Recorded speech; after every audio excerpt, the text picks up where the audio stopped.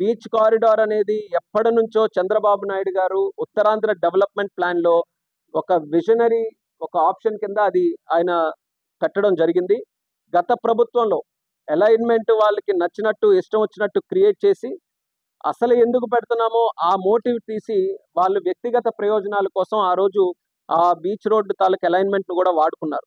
ఇప్పుడు మళ్ళీ దాన్ని డిపిఆర్ వేయడానికి గడ్కరీ గారు కూడా ఎన్హెచ్ డిపార్ట్మెంట్ నుంచి అగ్రి అయ్యారు కాబట్టి దాన్ని డిపిఆర్ కూడా ఇప్పుడు ముందుకెళ్ళిపోతున్నాం. ఒక ఫర్మ్ కూడా ఫైనలైజ్ అయ్యింది.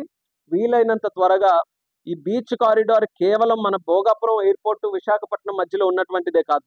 ఇది భువనేశ్వర్ దగ్గర టాంగి అనే విలేజ్ అక్కడ టౌన్ నుంచి విశాఖపట్నం వరకు ఇది ప్రాపర్గా ఒక 6 లేన్ హైవే ఒకటి క్రియేట్ చేయబోతున్నాం. అంటే దీని తాలూకా అడ్వాంటేజు మా శ్రీకాకుళం జిల్లా, విజయనగరం జిల్లా, విశాఖపట్నం జిల్లా వీళ్ళందరికీ కూడా దీని తాలూకా ఉపయోగం బీచ్ కారిడార్ తాలూకా ఉపయోగం ఉంటుంది.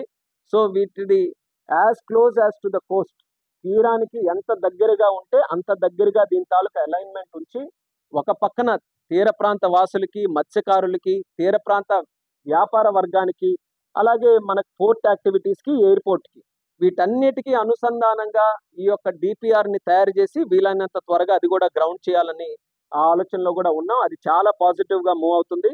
నేను ఇందాక చెప్పినట్టు డిపిఆర్కి ఫర్మ్ ఏదైతే డిసైడ్ కావాలో ఆ ఫర్మ్ కూడా డిసైడ్ అయ్యింది.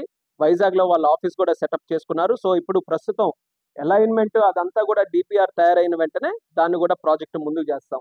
So beach corridor, elevated corridor with metro, అలాగే ఈ 7 పాయింట్స్ ఇవన్నీ కూడా అయితే ఎయిర్పోర్ట్కి ఎవరైతే రావాలని అనుకుంటున్నారో వాళ్ళకి ఎటువంటి ఇబ్బంది లేకుండా 3 జిల్లాల నుంచి ఎయిర్పోర్ట్ వినియోగించుకునే అవకాశం వస్తుంది.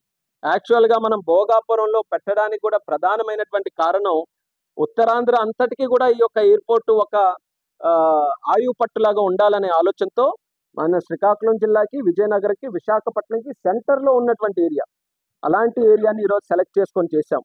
మీకు ఈరోజు అవకాశం లేదు కాబట్టి లోపలికి రన్వే దగ్గరికి రాలేకపోయారు. కానీ మీరు రన్వే దగ్గర నిల్చొని 4 పక్కలు కూడా చూస్తే నాకు తెలిసి మన దేశంలో ఇంత అందమైనటువంటి ఎయిర్పోర్ట్ మరి ఎక్కడ కూడా ఉండదు.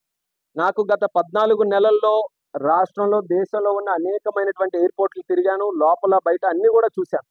కానీ ఇంత ఆహ్లాదకరమైనటువంటి ఒక అందమైనటువంటి ఎయిర్పోర్ట్ మనకి బీచ్ పక్కనే ఇంత చక్కగా రావడం అనేది నిజంగా ఒక పక్కన జిఎంఆర్ సంస్థ వాళ్ళు కూడా మంచి డిజైన్తో దీన్ని ప్రెస్టీజియస్గా తీసుకొని, జిఎంఆర్ గారు కూడా ఈ ప్రాంతం నుంచే రావడం, ఆయన కూడా ఒక ప్రెస్టీజ్గా తీసుకొని ఒక ఎయిర్పోర్ట్ చేయడం జరుగుతుంది. అలాగే మన స్టేట్ డెవలప్మెంట్ ప్లాన్లో కూడా ఎయిర్పోర్ట్స్ని ఒక కీలకమైనటువంటి లాజిస్టిక్ ప్లాన్లో ఒక అంశంగా తీసుకొని మనం ముందుకెళ్తున్నాం. సో అన్నీ అలైన్ అవుతూ ఖచ్చితంగా జూన్ నాటికల్లా ఇక్కడ ఆపరేషన్స్ మొదలు పెట్టాలనేది ఒక ఐడియాతో ముందుకెళ్తున్నాం.